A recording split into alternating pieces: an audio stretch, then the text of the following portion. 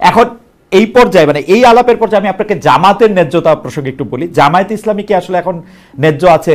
PR না হলে নির্বাচন হবে না, নির্বাচন আমরা চাই না, ঐক্যমত প্রশ্নে এই ব্যাপারটা এরকম, আমরা এরকম, মানে আপনি আমাদের ব্যাখ্যা আমরা করতেই পারি, কিন্তু জামায়াতে ইসলামীর অবস্থানটা আপনি ন্যায্য মনে করেন কিনা? আমি এখন আমি বুঝতে পারছি যে আপনার প্রশ্নের মধ্যে একটু গলদ আছে। আচ্ছা সরি, আপনি ঠিক করে দিয়েছেন প্রশ্নটা কিন্তু ন্যায়ের প্রশ্ন না। জি, প্রশ্নটা হচ্ছে যে আমরা 72 সালে এক স্বাধীনতা যুদ্ধের পরে আমরা একটা রাষ্ট্র গঠন করতে পারি না, জনগণের অভিপ্রায়কে আমরা ধারণ করতে পারি না। আমাদের অনেকগুলো অত্যন্ত ক্রিটিক্যাল একটা এরিয়া আছে, আমরা পারি নাই। এবং না পারতে আমরা যখন যে এরশাদ বিরোধী আন্দোলন করলাম, তারপরেও কিন্তু আমরা একটা রাষ্ট্র গঠন করতে পারলাম না, এবং এবারও কিন্তু আমরা একটা রাষ্ট্র গঠন করতে পারলাম না। ফলে ব্যাপারটা কিন্তু ন্যায্য আর অন্যায্যের প্রশ্ন নয়। যদি আমরা রাষ্ট্র গঠন করবার এই যে জনগণের যে অভিপ্রায়, সে অভিপ্রায়কে বাস্তবায়িত করবার ক্ষেত্রে জামাতের কি কোনো ইতিবাচক ভূমিকা আছে? আমি বলি জামাতের কোনো ইতিবাচক ভূমিকা আমি এই মুহূর্তে দেখি না, কিন্তু ক্ষতিকর কিছু দেখি না। কেন বলি আপনাকে?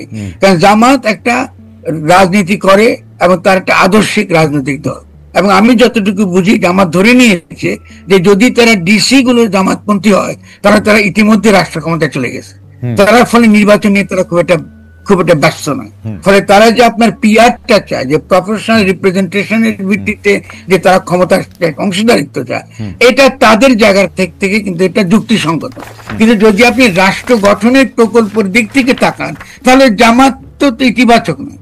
জামাত তো আমাদেরকে এমন কোন সত্যিকার অর্থে যে আমরা যে নতুন যে রাষ্ট্রটা গঠন করতে চাই, সেখানে ইসলামের ভূমিকা কি হবে, বা আমরা কি 71 সালে যখন স্বাধীনতার ঘোষণা দিয়েছিলাম সাম্য, মানবিক মর্যাদা এবং সামাজিক ন্যায় বিচার, এটা তো ইসলামী মূল্যবোধ। তাহলে তো আমরা 71 সালে তো আসলে ইসলামী রাষ্ট্র গঠন করতে চেয়েছিলাম, আমরা তো ইসলাম থেকে আলাদা কিছু গঠন করতে চাইনি। কিন্তু ইসলামী পন্থীদের মধ্যে এখনো পর্যন্ত ইসলামী রাষ্ট্র নামক একটা অদ্ভুত চিন্তা একটা আছে, যার সঙ্গে ইসলামের কোনো সম্পর্ক নেই। ইসলামী রাষ্ট্র বলে কোনো কনসেপ্টই নেই। ইসলামী সমাজ আছে, রাষ্ট্র নাই। ক্ষমতা আছে, প্রশাসন আছে, কিন্তু রাষ্ট্র নাই। দেখা গেছে জামাত এই ক্ষেত্রে আমাদেরকে কোনো পরিষ্কার করে কোনো আমাদেরকে অবস্থান সে পরিষ্কার করে নাই। 2 নম্বর, ইখওয়ানুলের রাজনীতি গ্লোবালি আন্তর্জাতিক ভাবে পরাজিত, এবং আমরা দেখেছি যে এটা কোনো ভবিষ্যৎ নাই। আমরা জামাতের মধ্যে কিন্তু রূপান্তর দেখি নাই।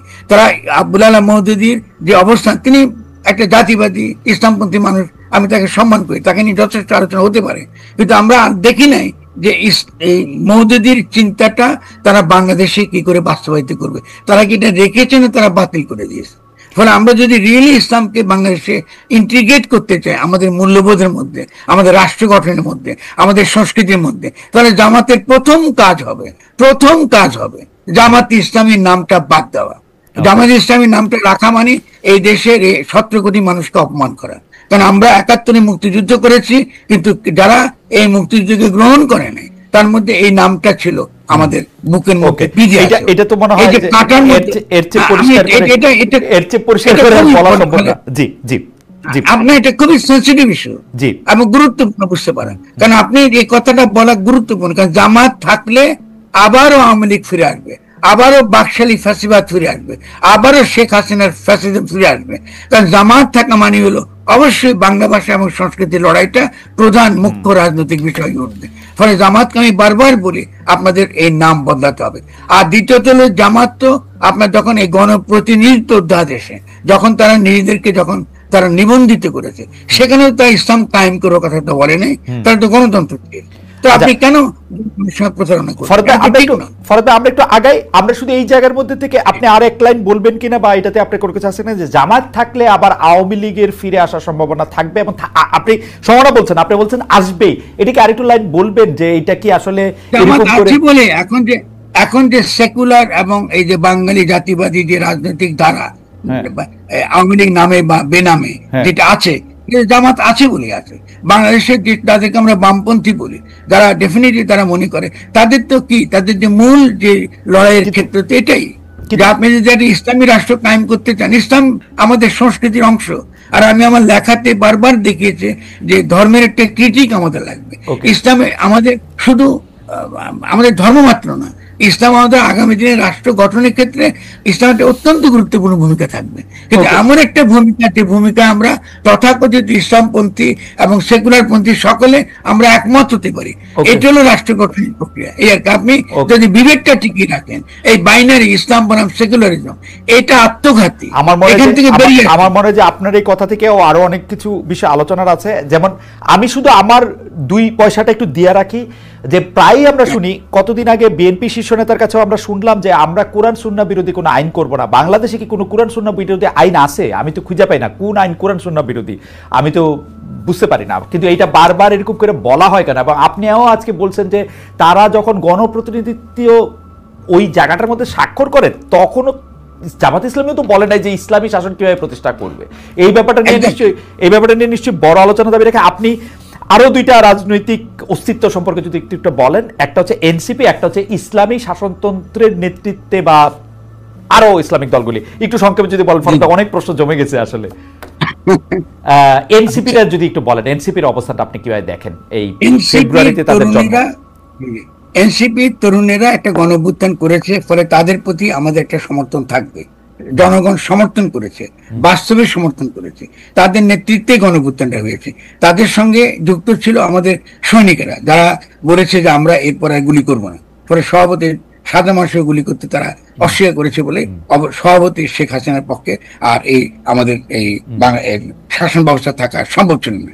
ফলে এনসিপির এই যে ঐতিহাসিক গুরুত্ব, এটা তাকে দিতে হবে। কিন্তু বৈষম্য বিরোধী ছাত্র আন্দোলন, ছাত্র তরুণদের আন্দোলন এক জিনিস, আর নির্বাচনবাদী এনসিপি যে নির্বাচন করতে চায়, গণঅভ্যুত্থানের যে লক্ষ্য, এটা সফল হবার আগে, এটা বাস্তবায়িত হবার আগে এই এনসিপি কে আমি গ্রহণ করি না। কারণ নির্বাচনবাদটা আমাদের সবচেয়ে বড় রাজনৈতিক সমস্যা। নির্বাচন দরকার, কিন্তু নির্বাচনবাদ অত্যন্ত মুশকিল। কারণ নির্বাচনটা দরকার আমাকে একটা গণপরিষদ নির্বাচনের জন্য, নির্বাচন দরকার আমাকে একটা জাতীয় সরকারকে স্থানীয় সরকার নির্বাচনের জন্য। নির্বাচন একটা পদ্ধতি মাত্র। ফলে এনসিপির রাজনীতির দ্বারা তারা প্রতিষ্ঠা করতে পারে নাই যে নির্বাচন একটা প্রক্রিয়া মাত্র। কিন্তু প্রতিষ্ঠা না করে তারা এখনো বলছে যে তারা নতুন সংবিধান চায়, আমরা একমত। এবং তারা এখনো বলছে যে তারা এই বিচার চায়, আমরা একমত। এবং তারা যে সকল ন্যায্য কথাবার্তা বলছে তার সঙ্গে আমরা অত্যন্ত একমত। কিন্তু আমরা চেয়েছিলাম একটা এই 8 তারিখে যে ধরনের সরকার গঠিত হয়েছে তার বিপরীতে গণঅভ্যুত্থানের ধারাকে কন্টিনিউ করা। তারা সরকারে গেছেন, সরকারে যখন গেছেন আমাদের কোনো আপত্তি নাই, কিন্তু সরকারে গিয়ে মন্ত্রী হিসেবে তারা সফল হন নাই। একজন তরুণ সারা জীবন পরিশ্রম করে একজন মানুষ একটা মন্ত্রী হবার জন্য, যেহেতু সে দেশের সেবা করতে পারে ওই মন্ত্রিত্বের ক্ষমতা নিয়ে, এবং সে করতে পারে। এটা না করে তারা মন্ত্রিত্ব ছেড়ে দিয়েছেন, এবং মন্ত্রিত্ব এই যে মন্ত্রণালয়গুলো পরিচালনার ক্ষেত্রে আমরা বাইরে থেকে দেখছি আন্তরিকভাবে পেশাদারিত্বের সঙ্গে এটা তারা করেন নাই। এটা তরুণদের জন্য অত্যন্ত ক্ষতিকর হবে আগামী দিনে। তার মানে তরুণরা একটা মন্ত্রণালয় চালাতে পারে না, এটাই তারা প্রমাণ করলেন। এটা তো ক্ষতি করবে, কারণ আপনাকে তো শেষাবধিত রাষ্ট্র আপনাকে চালাতে হবে। তারপর যে তরুণরা গণঅভ্যুত্থান করেছে এদের পক্ষে এরপর আবার মন্ত্রী হতো, কি করে মন্ত্রী হবেন? আপনি মন্ত্রণালয় চালাতে পারেন নাই এবং আপনি ছেড়ে দিয়েছেন। আমি যে নাই ছেড়ে দিয়েছে ভালো, এটা আমি প্রশংসা করি, এটা তার নৈতিকতার প্রশংসা করি। কিন্তু যদি তরুণদের যদি মন্ত্রণালয় চালাবার যোগ্যতা তারা অর্জন না করে, এটা তো আমার জন্য বড় ক্ষতির ব্যাপার। কারণ আমার তো বয়স হয়েছে, ওদিকে তো রাষ্ট্র চালাতে হবে, ফলে এদিকে তো শিখতে হবে, ভুল ত্রুটি সহ শিখতে হবে। ফলে মন্ত্রণালয়ে যে মন্ত্রণালয় তো তামাশা করার ব্যাপার, মন্ত্রণালয় তামাশা করার ব্যাপার। এটা একটা প্রশাসন, এটা একটা মন্ত্রণালয়, এটা একটা একটা একটা একটা বিশাল একটা ক্ষেত্র রাষ্ট্রের, যেটাকে পরিচালনা করার দক্ষতা আছে। আপনার সেক্রেটারিদের উপরে আপনি তাদেরকে পরিচালনা করার দক্ষতা অর্জন করার বিষয় আছে, শেখার বিষয় আছে। ফলে আমরা ইতিমধ্যে যদি 3 জন যদি মন্ত্রী তারা যদি এখানে আসতেন, ভালোভাবে সফলভাবে করতেন, আমরা 3 জন নতুন নেতা, জাতীয় নেতা পেতাম। 3 জন জাতীয় নেতা। আচ্ছা, এই জাতীয় নেতা থেকে আমরা এটা পরিষ্কার। আমি ইসলামী দলগুলো যদি ইসলামী শাসনতন্ত্র আন্দোলন খুব ছোট করে বলেন, যে ইসলামী শাসনতন্ত্র আন্দোলনের এই গণঅভ্যুত্থান সফল হওয়ার পরে, যেটা 5 তারিখ, তারপর থেকে 1 বছরের বেশি সময় পার হয়েছে, তাদের অবস্থানটা আপনি কি মনে করেন? আপনি আমাকে ন্যায় বা ন্যায্য আমি আর বলতেছি না, মানে আপনি ইসলামী দলগুলো, আপনি যখন ইসলামী দল বলেন তখন আমি দেখেছি ইসলামী দলগুলো যখন মাজার ভাঙা হয়েছিল তাদের কোনো অবস্থান আমরা দেখিনি। মাজারগুলো যখন ভাঙা হয়েছিল তখন তারা কিন্তু এই আমাদের স্মৃতি ক্ষেত্র অত্যন্ত সরল একটা রূপ, মানে গণরূপ। কারণ মাজারে আপনি আস্তিক, নাস্তিক, হিন্দু, মুসলমান, বৌদ্ধ, খ্রিস্টান যে কেউ যেতে পারে, এবং সংস্কৃতির দিক থেকেও সেটা এমন একটা সংস্কৃতি যেটা আপনাকে আল্লাহর নিকটবর্তী করে, মানে এমন সংস্কৃতি যেটা অলওয়েজ হয় আল্লাহ বন্দনা, নবীর বন্দনা, ধর্মীয় গানগুলো এখানে অতিরিক্ত গাওয়া হয়, যেগুলো আধ্যাত্মিক জায়গা, ক্ষেত্র জায়গা। দেখা গেছে এই ইসলামী দলগুলো ইসলাম বলতে যেটা বোঝে আর আমাদের সাধারণ মানুষ ইসলাম বলতে যেটা বুঝে এর মধ্যে আকাশ এবং পাতাল ব্যবধান রয়েছে। 2 নম্বর হলো ইসলামপন্থী দলগুলো এই যে যারা মাজারে যায় বা যারা নামাজ কালাম পড়ে বা যারা আপনার ইবাদত বন্দী করে, একই সঙ্গে যারা একটা সমাজে সকলের সঙ্গে সহাবস্থানের সঙ্গে থাকতে চায়, এই বৃহৎ জনগোষ্ঠীর সঙ্গ থেকে তারা কিন্তু বিচ্ছিন্ন। ফলে আমরা দেখেছি এটা প্রমাণিত হয়ে গেছে, তাদের কোনো অবস্থান আমরা কিন্তু দেখিনি। 2 নম্বর, আমরা দেখেছি তারা মুখে ইসলামপন্থী বলছে, কিন্তু তারা এখনো গাজায় ফিলিস্তিনিদের পক্ষে লড়াই করবার জন্য বাংলাদেশে একটা শক্তিশালী আন্দোলন করতে তারা চাইছে না। না চাইবার একটা বড় কারণ হলো এই, তারা সকলে চায় না মার্কিন যুক্তরাষ্ট্রে রুষ্ট করতে, কারণ তাদের ইচ্ছা আগের মতোই যে মার্কিন যুক্তরাষ্ট্রে তাদেরকে ক্ষমতায় বসাবে এবং আগামী দিনে তাদের ক্ষমতায় রাখতে সহায়তা করবে। ফলে ইসলামপন্থীরা আদৌ ইসলামপন্থী কিনা এটা তো তর্কের বিষয়। আপনি ইসলাম বলতে আপনি কি বুঝেন আর আমরা কি বুঝে, এটা তর্কের বিষয়। কিন্তু ফরহাদ ভাই, মানে আপনি কিন্তু এই তর্ক বা এই যুক্তি প্রদর্শন জারি রেখেছেন, মানে আমার জ্ঞান বুদ্ধি মতে 30-35 বছরেরও বেশি একই কথা। কিন্তু আপনি কিন্তু যারা ইসলাম পন্থাটা নিয়ে যাদের আঁকড়ে আছেন তাদের আপনি খারিজ করে দিতেছেন না, তাদের বলতেছেন এটা তর্ক করতে হবে, কিন্তু তারা কিন্তু আপনাকে খারিজ করে দিচ্ছে, বলতেছে যে ইসলামের কোনো ভার্সন নাই, ইসলামের কোনো মানে এডিশন নাই, ইসলামের কোনো সুগার কোটেড কোনো রকম রূপ নাই, এবং যেইটা বই খাতায় নাই ওইটা ইসলাম না। এবং আপনি যেটা মাজার কেন্দ্রিক যেটার কথা বলতেছেন, এটাতে মনে হয় আপনি সবচেয়ে বেশি সমালোচিত হইতেছেন মনে হয়। না, অসুবিধা নেই, আমি তো সমালোচিত হবই, কারণ আমি সাধারণ জনগোষ্ঠীর পক্ষে কথা বলি। আর তারা যে ইসলামের কথা বলে এটা আদৌ ইসলাম কিনা তার সাথে আলোচনার বিষয় হবে। ইসলামের বই খাতা কি? তারা কথা বলে দলিল, তো দলিল মানে কি? ইসলাম তো ওই আকারে এসেছে, হাদিস তো ইসলামে হাদিস আমি পড়বো অবশ্যই, কিন্তু হাদিস তো আমার জন্য বাধ্যতামূলক কিছু নেই। আর কোরআন তো নিজেকে কখনো আইনের বই বলে নাই। দাঁড়ান, আপনি তাদেরকে তো আমি যে প্রশ্ন করেছি সে প্রশ্ন উত্তর দিয়ে তো এটা শেষ হয়ে যায়। কোরআন তো নিজেকে কখনো আইনের বই বলে নাই। কোরআন বলছে হুদাল্লিল মুত্তাকিন, যারা সত্যিকার অর্থে আত্মসমর্পণকারী তাদের জন্য পরামর্শের বই কোরআন। তো তারা কোথায় আইন খুঁজেন কোরআনের মধ্যে? কোরআন তো এটা বলে নাই। আর শুধুমাত্র তাই না, ইসলাম আরো অনেক মহৎ। ইসলাম হচ্ছে উচ্চ স্তরের ধর্ম। এই ধর্মটা কি দাবি করে? যে মানুষ মাত্র আল্লাহ খলিফা, তাকে প্রতিনিধি আকারে দুনিয়া পাঠানো হয়েছে। তার মানে হচ্ছে তাকে আমি প্রজ্ঞা দিয়ে, বুদ্ধি দিয়ে, জ্ঞান দিয়ে পাঠিয়েছি দুনিয়ায়। আপনি যখন মায়ের পেট থেকে আসেন, আপনি কি বগলে কোরআন নিয়ে আসেন, নাকি প্রজ্ঞা নিয়ে আসেন, বুদ্ধি নিয়ে আসেন? এগুলো নিয়ে আপনি আসেন। আল্লাহ তো দিয়েছে আপনাকে সমস্ত কিছু। এই প্রজ্ঞা, বুদ্ধি, জ্ঞান নিয়ে তো আপনি কোরআন পড়বেন। তো আপনি যখন কোরআনকে আপনি ব্যবহার করেন মানুষের প্রজ্ঞা, বুদ্ধি, তার যে প্রেম, ভালোবাসা, এইসবের বিরুদ্ধে, বিপরীতে, এটা কি ইসলাম?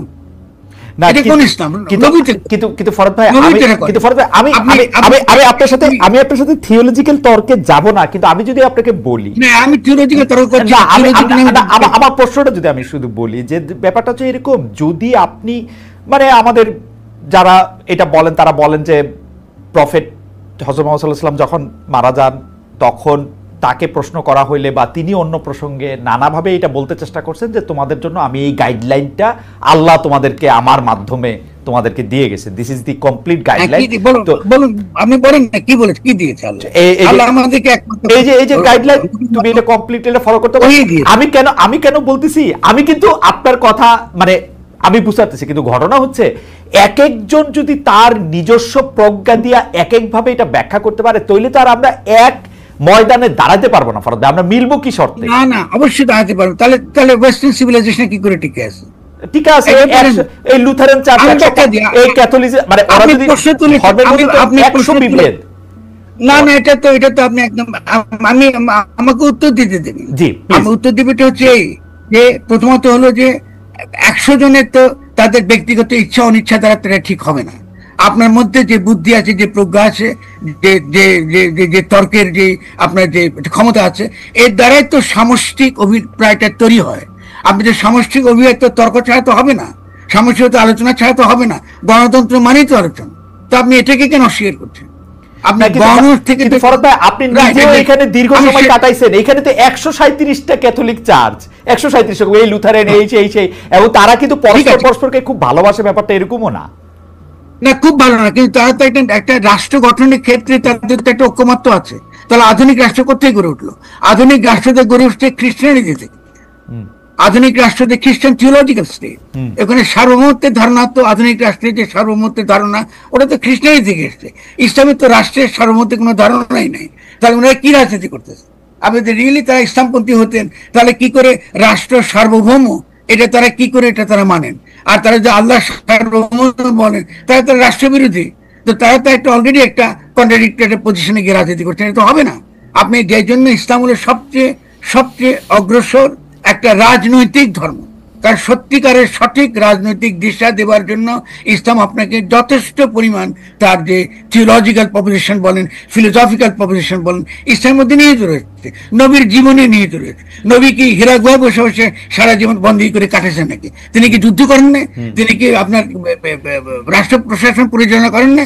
তার বিবিরা কি তার মসজিদের কোনা ছিল না? আপনি মেয়েদেরকে মসজিদ থেকে বের করে দিচ্ছেন, মেয়েদের সম্পর্কে যেসব কথাবার্তা বলছেন, এটা কি নবীর চরিত্রের সঙ্গে যায়? আপনি ইসলামের সঙ্গে যায় এগুলো? এগুলো আপনি আরব ট্রাইবাল কতগুলো রিলিজিয়নকে আপনি নিয়ে আসে বলতেছেন এগুলো ইসলাম। এটা কি, এটা কিসের ইসলাম? আপনি তো এটা হবে না। ইসলাম তো পরকালের জন্য আসে নাই। আপনি যখন মোনাজাত করেন তখনই তো আপনি বলেন কি রব্বানা আতিনা ফিদ দুনিয়া হাসানা, আপনি Right. দুনিয়াকে একদম ভালো করেন। যারা ইহলোক বিরোধী, যারা ইহলৌকিকতা বিরোধী, তারা কখনোই নবীর উম্মত হতে পারে না। কারণ নবী ইহলৌকিক ধর্ম এনেছেন দুনিয়াতে খ্রিস্টানিটির বিপরীতে। এইখানে ইসলামের সঙ্গে খ্রিস্টানিটির বিরোধ, এইখানে ইসলামের সঙ্গে জুদাইজমের বিরোধ। আপনি যদি পরকাল নিয়ে আসেন, পরকালটা এনেছে খ্রিস্টানিটি, যে আপনি লর্ড যিশুর যে জগৎ, সে জগতে প্রবেশ না করলে আপনি মুক্তি পাবেন না। ইসলামের তো এগুলো নাই। আপনি এসব বাজে চিন্তা আমাদের সমাজে ছড়াচ্ছেন, অথচ আমাদের এখানে ইসলাম যারা প্রচার করেছেন তারা তো এগুলো কখনো বলে নাই। আপনারা আনেছেন কেন? পেট্রো ডলার না, খুব ইম্পর্টেন্ট। জি, আপনি এগুলো এসেছে পেট্রো ডলারের দ্বারা, জি, পেট্রো ডলারের দ্বারা। পেট্রো আপনি ডলারের দ্বারা। সৌদি রাজতন্ত্রের পক্ষে, Absolutely. আপনি বিভিন্ন রাজতন্ত্রের পক্ষে Absolutely. আপনি রাজনীতি করতে চান। আপনি তো ইসলাম নিয়ে রাজনীতি করতে চাইছেন না। ইসলাম নিয়ে রাজনীতি যদি করেন তাহলে অবশ্যই আমরা সকলে বসে বাংলাদেশে একটা আচ্ছা, সুন্দর একটা ছোট করে এই প্রসঙ্গে গঠন করতে পারবো। এই প্রসঙ্গে একটা শেষ কথা, যে ফরহাদ ভাই আমাদের একজন দর্শক, ইনি আপনাকে প্রশ্ন করেছেন যে ওনার নাম সোহেল সাদি। ফরহাদ ভাই, আপনি এই উত্তরটা বেশি এটা লম্বা করেন না, খালি প্রশ্নটা আমি অন্য প্রসঙ্গে চলে গেলাম, প্রশ্নটা গুরুত্বপূর্ণ মনে হলো বলে আপনার কাছে প্রশ্ন করতেছি। যে উনি প্রশ্ন করতেছেন যে তিনি যে ইসলামের কথা বলেন, অর্থাৎ আপনি যে ইসলামের কথা বলেন, সেই ইসলাম তিনি কার কাছ থেকে শিখেছেন? তার ইসলাম শেখার উৎস কি? আমার ইসলাম শিক্ষা, আলহামদুলিল্লাহ, আমার ইসলাম শিকার উদ্দেশ্য হচ্ছে যে উৎস মুহাম্মদের জীবন। উৎস উৎস উৎস ভাই, সোর্স, উৎস মানে উদ্দেশ্য, কোরআন তো উৎস, একটাই, সোর্স। হ্যাঁ? কোরআন তো একটাই, জি, কোরআন তো দুটো না। আচ্ছা, ফলে কোরআনকে আমি পড়তে পারবো না। আমি যদি কোরআনই পড়তে না পারি, কারণ কোরআনকে বোঝার যে ক্ষমতা, সে বোঝার ক্ষমতার জন্য যে আপনার মনের যে তৈরি করা, মনের যে যত্ন, যেটাকে আমরা আধ্যাত্মিকতা বলি, আধ্যাত্মিকতা সহজ মানে হলে মনের যত্ন করা। ফলে সেই কোরআনকে বোঝার জন্য মনের যে যত্ন, সেই যত্নটা আমি করি। সেই যত্নটা কি? অপরের প্রতি ভালোবাসা, অপরের প্রতি প্রেম। কেউ যদি আমার চেয়ে ভিন্ন কথা বলে, তার সঙ্গে কথা বলে, সুন্দরভাবে কথা বলে, এটা মীমাংসা করা। কিন্তু আপনি তো আমার উপর চাপিয়ে দিতে পারেন না। আপনি তো বলেন যে এই আইনিও একমাত্র কোরআনে আছে, এটাই আল্লাহ বলছে। আপনি কথা কথা আমাকে বলেন এটা আল্লাহ বলছে। এটা বলাইতে তো আপনি অলরেডি কুফরি করে ফেলছেন। আল্লাহ তো আপনাকে কিছু বলে নাই। আপনি যা বলছে তার নবীকে বলেছে, অর্থাৎ কোরআনে আছে। আপনি এবারে এরকম বুঝেছেন এটা বলতে পারেন। আমি তো বলি যে আমি কোরআন বলে যেটা বুঝেছি এটাই বলতেছি। আমি যে দাবি করছি না আমার ব্যাখ্যা একমাত্র ব্যাখ্যা। আপনি যুক্তির সঙ্গত আমাকে নাকচ করে দিন, আমি মেনে নেব। কিন্তু প্রিয় দর্শক আসসালামু আলাইকুম। এই শেষ পর্যন্ত আপনি ভিডিওটি দেখলেন, সেই জন্য আপনাকে অনেক অনেক ধন্যবাদ। প্রিয় দর্শক, আজকের এই টক শোতে আলোচনা করছেন খালেদ মহিউদ্দিন এবং ফরহাদ মজহার। তো ফরহাদ ভাইয়ের যেই কথাগুলি উনি বললেন কতটা যৌক্তিক ছিল কথাগুলি, সেটি অবশ্যই আপনারা কমেন্ট বক্সে জানাবেন। এবং খালেদ মহিউদ্দিন ভাই যেই প্রশ্নগুলি করলেন, সেই প্রশ্নগুলি কি ঠিক আছে কি না সেটি অবশ্যই কমেন্ট বক্সে জানাবেন। এবং ফরহাদ মাজারের যেই কথাগুলি, সেগুলি জামাতের গায়ে কতটা লেগেছে বা জামাতের ভিতর এরকম কোনো ভুল ত্রুটি আছে কি না, বা তারা এরকম কোনো ভালো কাজ করছে কি না। যেহেতু আমার ইউটিউব চ্যানেলে সব দলের লোক, সব ধর্মের লোক কম বেশি আছেন যুক্ত, সেজন্য বলছি যে আপনার যেই ব্যক্তিগত যেই মতামতটি, ধরেন আপনার এই ভিডিওর সাথে আপনার মতামত মিললই না, তাও আপনার ব্যক্তিগত একটি মতামত তো অবশ্যই আছে। সেই ব্যক্তিগত মতামতটি আমাদের কমেন্ট বক্সে জানাবেন, কারণ আমরা এই কমেন্টগুলোকে ভিজিট করব এবং প্রত্যেকটি কমেন্ট আমরা দেখব। যেই কমেন্টের সংখ্যা বেশি হবে ধরে নেব যে এটাই রাইট। ঠিক আছে প্রিয় দর্শক, আপনাদেরকে এবার ছোট্ট একটি অনুরোধ, আমাদের এই চ্যানেলে যদি আপনি নতুন হয়ে থাকেন, অবশ্যই নতুন হবেন, কারণ আমরা এই চ্যানেলটি একদমই নতুন খুলেছি।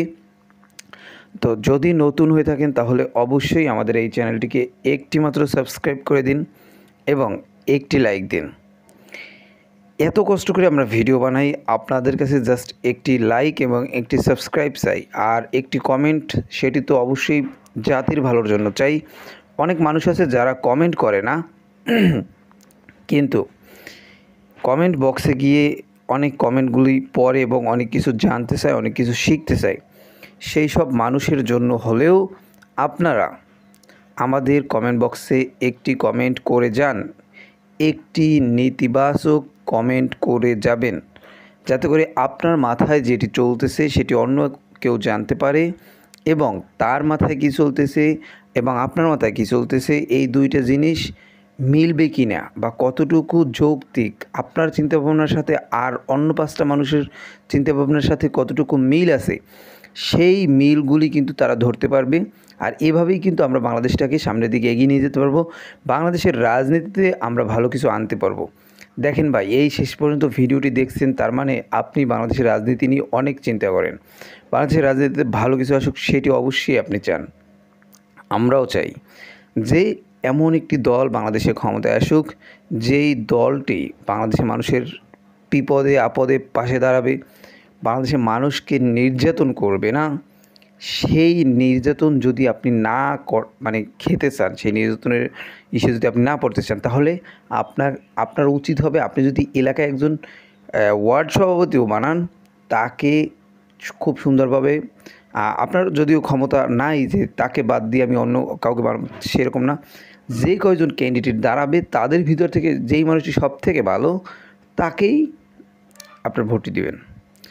তো প্রিয় দর্শক, অনেক কথা বললাম, অনেক জ্ঞান দিয়ে ফেলছি, কমেন্ট করে যাবেন অবশ্যই।